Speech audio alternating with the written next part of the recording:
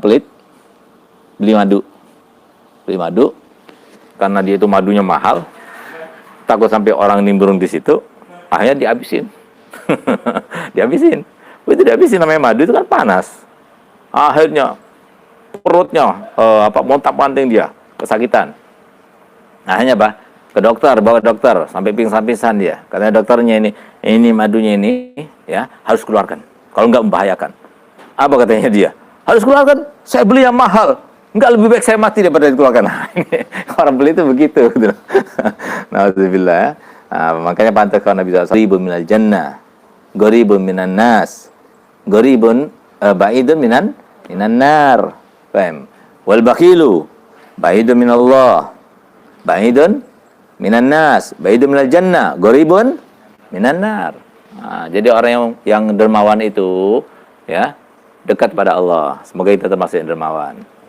Dekat kepada manusia, dekat kepada surga, jauh daripada neraka. Tapi orang bakhil itu dekat kepada apa? Dekat kepada neraka, jauh daripada Allah, jauh daripada manusia, jauh daripada surga. Nauzubillah, semoga kita dilindungi oleh Allah Ta'ala daripada sifat kikir. Bahkan di antara doanya Nabi, Allahumma inni a'udzubika minal jubni wal bukhul. Jadi dua sifat ini selalu berkaitan biasanya, beriringan bersama-sama. Apa itu? Ketakutan dan pelit. Biasanya orang pelit pasti takutan. Biasanya orang takutan pelit. Biasanya orang berani, itu orang yang dermawan. Dan ada tanda-tandanya, biasanya itu ada tanda-tandanya. Katanya kalau umpama dia begini, kalau renggang tangannya, itu berarti baik. Tapi kalau rapat banget, berarti pelit katanya. Itu kan ilmu firasat itu ya. Ada lagi yang lihat di dahinya ini. Kalau dahinya itu lebar, berarti baik dia. Pemberani, baik, dermawan. Tapi kalau sempit, apalagi rambutnya agak ke bawah, pelit, bodoh lagi. Penakut. Tapi jangan sudon. Jangan lihat orang, ada satu orang kelihatan kayak begitu, wah ini berarti pelit ya, jangan gitu loh. Karena apa? Ini terjadi pada Imam Syafi'i. Imam Syafi'i ketika membuat kitab firasah, ya, maka hampir saja kitab firasah itu akan dibakarnya. Karena apa? Karena ternyata isi kitabnya itu nggak sesuai dengan kenyataan. Apa yang terjadi? Ada satu orang, kalau dilihat dari kitabnya yang dia ketahui, ciri-cirinya ini orang pelit banget ini. Tapi kok nggak seperti yang ditulis dalam kitabnya. Dimana ketika Imam Syafi'i itu datang di perjalanan, kehabisan bekal, maka dia datang di kemahan itu. Ada orang yang menemuinya. Kemudian dia katakan kepadanya, ayo silakan masuk sini, ahlan wa sahlan, kasih makan, kasih minum, bahkan tidur disediakan tempat, mau tidur dipijatnya. Masya Allah, ini kok lain, nggak seperti yang saya, padahal sifat kikir semuanya itu ada pada dirinya, tapi kok nggak seperti yang sudah. Pokoknya pagi besok ini saya akan terobek, kitab itu akan saya bakar, berarti nggak tepat itu. Subhanallah, begitu Imam Syafi'i mau pulang, akhirnya dia mengeluarkan kertas. Ternyata kertas itu isinya nota. Jadi isinya makannya pagi sekian, makan siangnya sekian, makan malamnya sekian, terus tempat tidurnya sekian, jasa pijatnya sekian, semua masuk.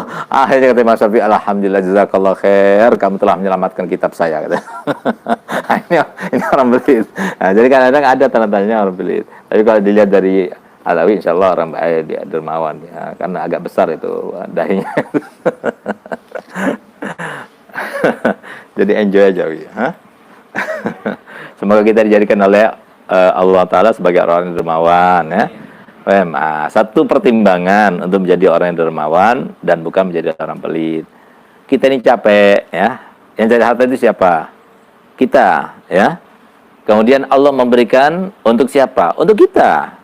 Jangan kita bicara keluarga, jangan kita bicara anak-anak, untuk kita itu. Harta-harta kita.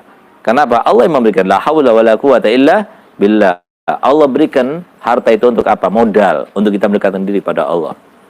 Jangan sampai kita menjadi seseorang yang tidak menggunakan modal itu. Tumpuk. Sampai saya itu pernah bertemu, Masya Allah, bertemu dengan seseorang kaya raya. tapi HP-nya itu diikat sama karet. Padahal kaya raya dia. Ah, ini nggak pantas. Ah, karena apa? Karena dia nggak menikmati. Nah, padahal Allah Ta'ala sudah menjelaskan dalam Al-Quran, fa'amma binikmati rabbika. Apa? Fahadis. Jadi kalau dalam segi nikmat yang Allah berikan pada kamu, gunakan. Nah, sedangkan cara penggunaan yang terbaik, sebagaimana dikatakan oleh para ulama, itu kita bagi 3 harta kita. Apa itu? Sepertiga untuk kita nikmati sama keluarga. Beli rumah yang bagus, AC beli. Jangan takut, orang sekarang takut untuk beli mobil bagus, takut. Beli HP bagus, takut. Kenapa? Takut dikira orang kaya. Dan alasannya selalu bilang, takut dibilang pamer. Enggak ada itu. Justru kita harus pamer harta. Untuk apa? Sekarang waktunya. Banyak orang yang tidak punya. Banyak orang yang perlu. Nah, supaya mereka datang, mereka bisa pinjam sama kita bisa bantu dia. Nah, itu maksudnya. Nah, dan tujuan mereka itu macam begitu. Itu sebetulnya terselubung dalam hatinya. Maksudnya apa? Kalau seumpama saya menampakkan, memamerkan harta kekayaan saya, nanti banyak orang yang datang bawa proposal. Itu dasar pelitnya. Makanya dibikin alasan yang semacam itu. Jangan rugi. Karena Nabi SAW sendiri mengatakan,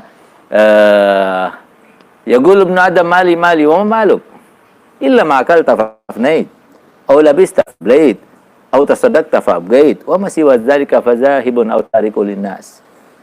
Berkata seorang Bani Adam, ini loh hartaku, ini rumahku, ini tokoku. Yang mana rumahmu, yang mana tanahmu, yang mana tokomu, kata Nabi SAW.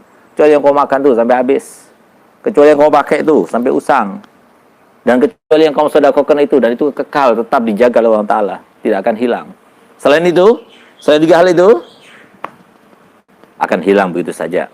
Akan dicuri orang, akan ditipu orang, atau akan ditinggalkan untuk orang. Tidak dikatakan oleh Nabi SAW dalam hadis itu, ditinggalkan untuk keluarganya, ditinggalkan untuk ahli warisnya, ditinggalkan untuk anak istri, enggak, tapi ditinggalkan untuk orang. Kenapa? Sekarang di zamannya. Nah, makanya ada saran dari kami, kalau belum jadi orang kaya, jangan meninggal dulu. Kenapa? Lagi tren di anak-anak muda sekarang ini. Apa trennya? Kalau ada orang tua meninggal tanpa meninggalkan harta waris, maka dicaci maki habis. Dasar orang tua nggak tahu diri, meninggal tapi nggak bisa menguntungkan anak-anak. Mau dibilang begitu. Nah, ini kenapa? Sebab kita itu tidak menggunakan harta yang diberikan Allah Ta'ala. Nah, harta yang kita berikan Allah Ta'ala itu seperti untuk kita nikmati. Jangan seperti mereka itu punya filsafat di dalam untuk supaya jadi kaya kita harus hidup hemat. Kumpulkan. Seperti apa? Sebagian etnis itu kumpulkan. Untuk apa? Nanti kalau sudah banyak uangnya, baru kita nikmati. Oh, tunggu sampai kita stroke dulu. Sampai kita itu kena penyakit ini, itu, dan sebagainya, baru kita akan menikmatinya. Nah, jangan. Dari sekarang kita nikmati. Nah, itu. Sepertiga itu apa? Kita nikmati. Sepertiga kita putar lagi. Ya, sepertiga kita putar lagi. Sepertiganya itu hak kita dong. Untuk apa? Untuk akhirat kita. Untuk sedekah, untuk bantu yatim, untuk bantu janda, untuk apa? Bantu pesantren, bantu masjid, dan sebagainya. Harusnya seperti itu. Itu adalah harta yang disebutkan Nabi SAW. Zakah malus soleh, ni'mal mal inda rajulin soleh. Jadi sebagai harta itu adalah ketika berada di tangan orang-orang yang soleh. Semoga harta yang diberikan Allah Ta'ala untuk kita semuanya banyak melimpah, ya, tapi nanti di akhirat tanpa hisab.